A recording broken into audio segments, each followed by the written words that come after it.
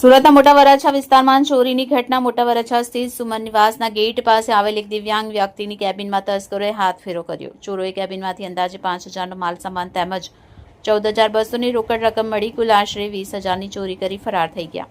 કેબિનના સંચાલક જયંતિભાઈ બારૈયા ગરીબ પરિવાર સાથે જીવન નિર્વાહ કરે છે. તેમણે 3 દીકરા છે. ચોરીની ઘટનાથી પરિવારને આર્થિક ફટકો પડ્યો છે. ઘટનાને પગલે સ્થાનિકોમાં રોષ અને ચિંતાનો માહોલ જોવા મળી રહ્યો છે. ઘટનાની જાણ ઉત્તરાયણ પોલીસને કરવામાં આવી. ઉત્તરાયણ પોલીસે ફરિયાદ નોંધી તપાસ હાથ ધરવામાં આવી. રિપોર્ટર ચેતન તરી, બુલેટ 26 ગુજરાત ન્યૂઝ, સુરત.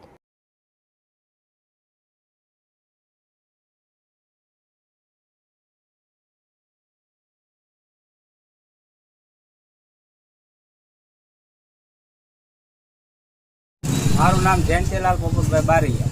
જયંતિભાઈ, શું ઘટના બની હતી?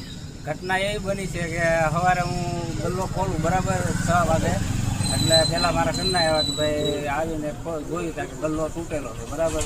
એટલે હું આવ્યો હતો, મેં આવીને ખાલી કાંઈ કોઈ વસ્તુ કરી નથી, એમને નથી છે. મેં જોયું બધી વસ્તુ, આમ નજર મારી એટલે જે સામાન હતો એ બધો લઈ ગયા ને પૈસા હતા એ પૈસા ગલ્લામાંથી લઈ ગયા. જયંતિભાઈ, તમે છેલ્લા ઘણા વર્ષોથી બીમારીથી લડી રહ્યા છો અને એ બાબતે તમે શું કહેવા માંગો છો? તમારા ઘરે કેટલી દીકરીઓ છે?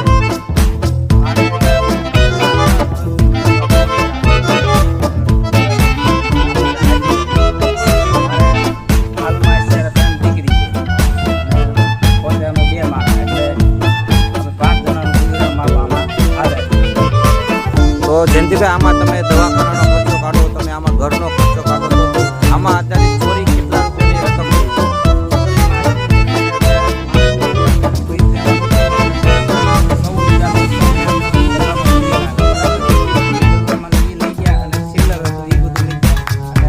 બાગબાન હતા, માલ હતો, અંદાજે 65,000નો માલ એ લઈ. તો હવે તમારી શું આગળની માંગ છે?